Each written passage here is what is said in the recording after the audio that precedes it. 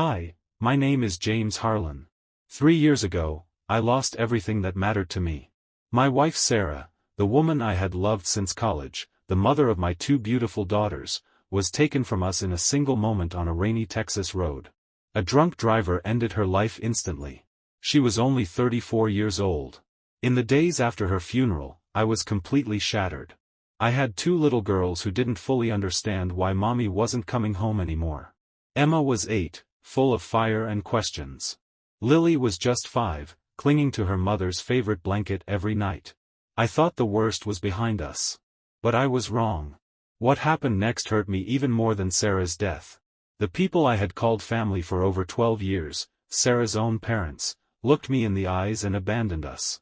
They turned their backs on their own granddaughters when we needed them the most. They left a broken man and two grieving little girls to fight the world alone. No help.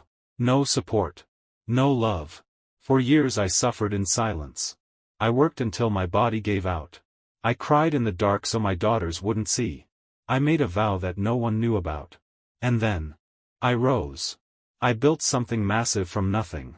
I created a life so successful that when my in-laws finally smelled money and came running back years later, expecting a share of my 10 million ranch, their faces turned white with shock when I told them the truth. This is not just another sad story. This is a story of betrayal, unbreakable fatherhood, silent planning, and the sweetest revenge you will ever hear. If you've ever been abandoned by family, if you've ever been called a failure by the people who were supposed to support you, then this story is for you. Stay with me till the very end. Because what I did when they showed up will leave you speechless. Let me take you back to that fateful day in October. Sarah and I had built what I thought was an unbreakable life. We met in our second year of college. She was studying education, I was studying agriculture. We fell in love fast and got married as soon as we graduated. We moved to a modest ranch just outside Austin, Texas, where I worked as a ranch manager and she taught 3rd grade at the local school. We had big dreams. We wanted to expand the ranch, travel with our kids, and grow old together watching our family thrive. Money was never abundant, but love was overflowing. Emma came first. She was born with my stubbornness and her mother's bright smile. She was curious, talkative, and already riding ponies at age 4.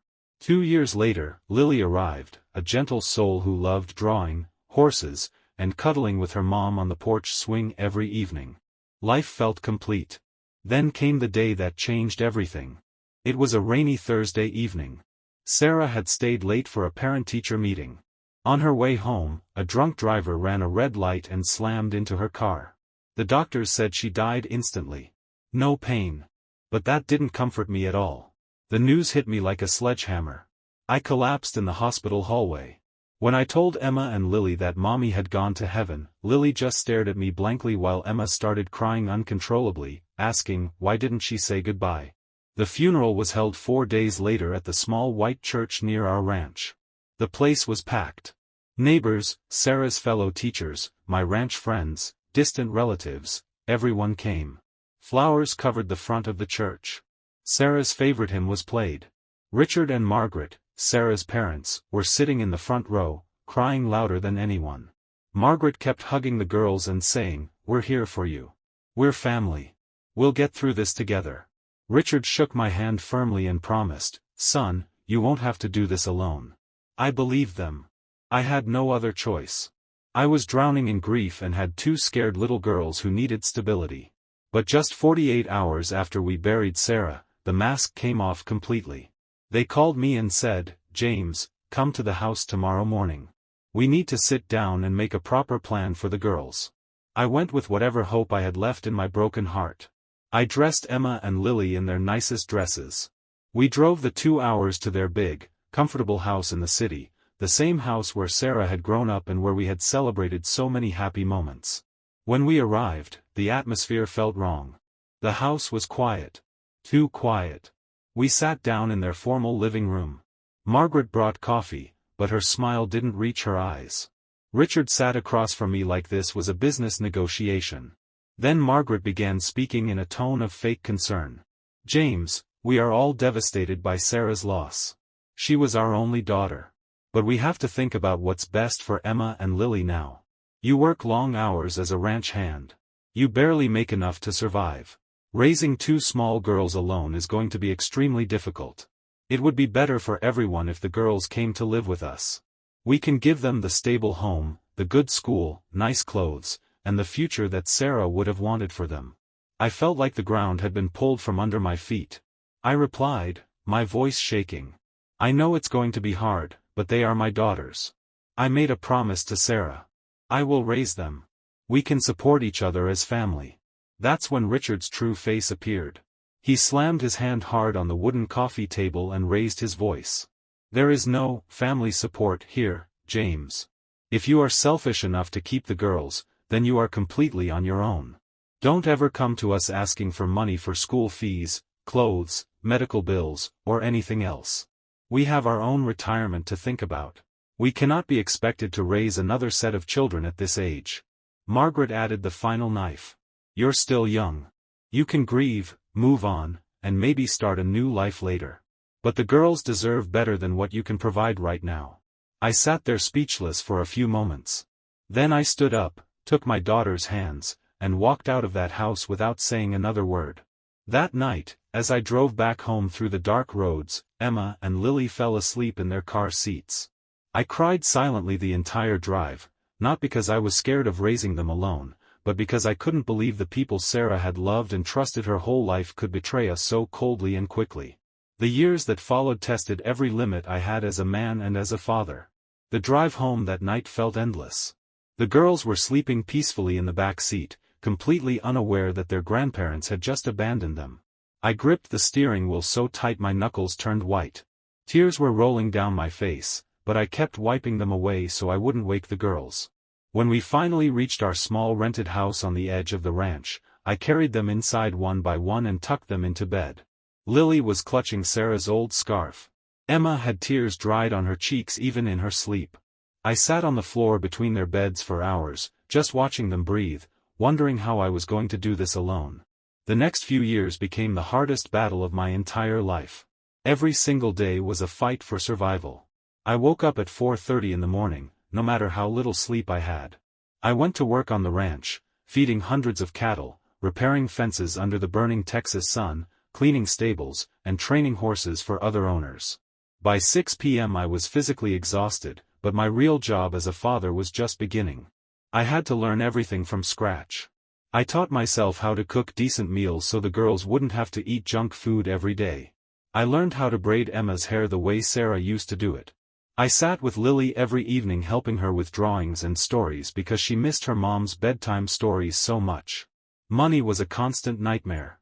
Sarah's hospital bills kept arriving even after her death. I was drowning in debt. There were months where I had to choose between paying the electricity bill or buying new clothes and shoes for the girls whose feet kept growing every few months. Emma started facing bullying at school. Kids made fun of her because her clothes were old and faded. She would come home with tears in her eyes and ask me, "Daddy, why don't Grandma and Grandpa love us? Did we do something wrong?" Those questions broke my heart into pieces. I had no good answer to give her. I would just hold her and say, "We are enough. Daddy will always be here for you." Lily's pain was different. She was only 5 when her mom died. She didn't fully understand death, but she understood that Mommy wasn't coming back. She would wake up almost every night screaming, "Mommy, Mommy," and crying uncontrollably. I would pick her up, hold her tight against my chest, rock her back and forth, and sing the same lullabies Sarah used to sing. Many nights I cried with her silently so she wouldn't see my tears. I reached out to my in-laws again and again, swallowing every bit of pride I had left. On the first Christmas without Sarah, I called them hoping the girls would at least get a call or a small gift. No reply. No card. Nothing. On Emma's 9th birthday, Margaret finally answered the phone and said coldly, "We're busy with our own plans this year. Maybe next year." When Lily got severe pneumonia and had to be hospitalized for a week, they sent a $50 gift card with a short note that said, "Be a man and handle it." Every single rejection felt like a fresh wound.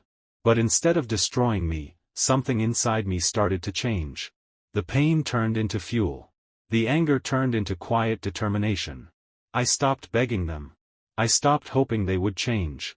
Late at night, after the girls had finally fallen asleep, would sit alone on the old wooden porch of our small house. I would stare at the stars and make a silent vow to myself. One day, I will build a life so strong and successful that my daughters will never have to feel this pain again. And one day, the people who abandoned us will look at what I built and regret the day they turned their backs on us. That silent promise became my reason to wake up every morning. I started working even harder. I took on extra jobs at night, doing bookkeeping for local businesses, repairing farm equipment, training horses for extra cash. I started learning everything I could about business, marketing, and ranch management through free online courses on my old laptop. I was tired. I was broken. But I refused to stay broken. Little by little, I began making small plans in complete silence. No one knew. Not my friends. Not the girls. Certainly not my in-laws. I was preparing for the day I would rise. After years of struggle, something finally shifted. The old owner of the big ranch I had been managing for years told me he was selling everything because of his health. He offered me the entire property, over 1,200 acres, at a price much lower than market value. But even that price was far beyond what I could afford. Most people would have given up. I didn't. I spent months preparing a business plan. I learned everything about modern ranching, organic beef, luxury glamping, and horse therapy programs. I worked 2 jobs while applying for loans. I was rejected by 11 banks. But on the 12th try, a small regional bank took a chance on me. I put every single dollar I had saved, took a massive loan, and bought the ranch. From that day forward, I became a man on a mission. I woke up at 4 a.m. every single day for the next 4 years. I rebuilt fences, upgraded barns, started a premium organic cattle program, launched luxury glamping cabins for wealthy clients from Austin and Dallas, and created a horse therapy program for children who had lost parents. I never posted about my success on social media. I never bragged to anyone. I worked in silence while my daughters grew up watching their father fight for them. Year by year, the ranch grew. By the 6th year, we had 400 head of premium cattle, a successful horse breeding program, 8 luxury cabins that were booked months in advance, and corporate clients paying premium prices for weekend retreats. The entire property was independently valued at over $10.8 million. Emma was now 14, confident, smart, top of her class, and a competitive rider. Lily was 11, happy, artistic, and already talking about becoming a veterinarian one day. Both girls were thriving. They had everything their mother would have wanted for them. We had healed. We had won. Then I made the decision that would bring everything full circle. I decided to sell the original 400-acre homestead, the land where Sarah and I had built our first home and where the girls had their earliest memories. The listing price was $10.2 million cash. Just 2 days after the listing went public, 4 expensive cars came up the long driveway. Richard, Margaret, Sarah's brother Mark, and her sister Claire all stepped out, dressed in their finest clothes with big fake smiles on their faces. James. We heard the amazing news about the ranch. Richard said, shaking my hand like we were old friends. Congratulations, son. Margaret rushed forward and hugged the girls dramatically. Oh my grandbabies. We've missed you so much. Look how big you've grown. They started hinting about family shares, and how they had always believed in me deep down. I stood there calmly, looking at all of them. 6 years of pain, rejection, and silent struggle flashed through my mind. I finally spoke, my voice steady and cold. Do you remember the day after Sarah's funeral? When you told me I was worthless, that I couldn't raise my daughters, and that you would never help us? The smiles disappeared instantly. I continued. For 6 long years you abandoned your own granddaughters. You left 2 little girls crying for their mother while you lived comfortably in your big house. You called me a failure. You told me to be a man. Well, I did. I built all of this, every acre, every cabin, every dollar, completely without you. I handed them a folder with official documents. Emma and Lily each have an irrevocable trust fund worth $2.8 million.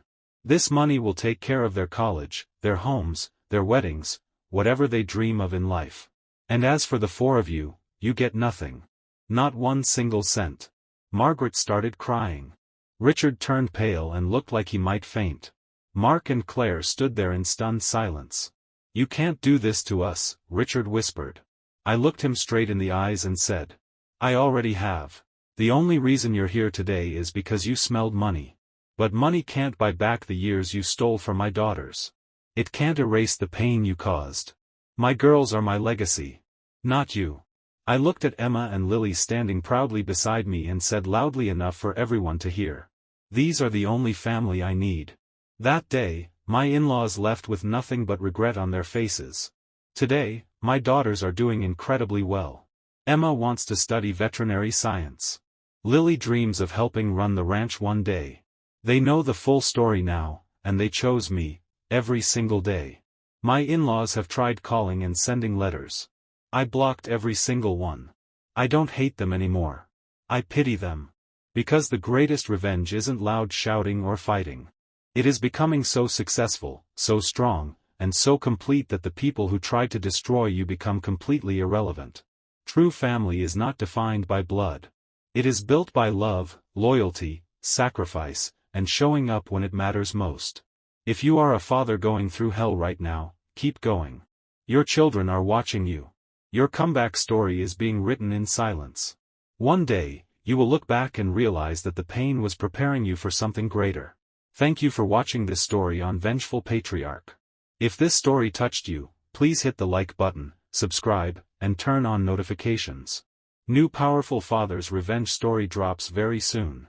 Drop a comment and tell me, have you ever been betrayed by family? What did it teach you? I read every comment. Until next time, stay strong, stay silent, and keep building.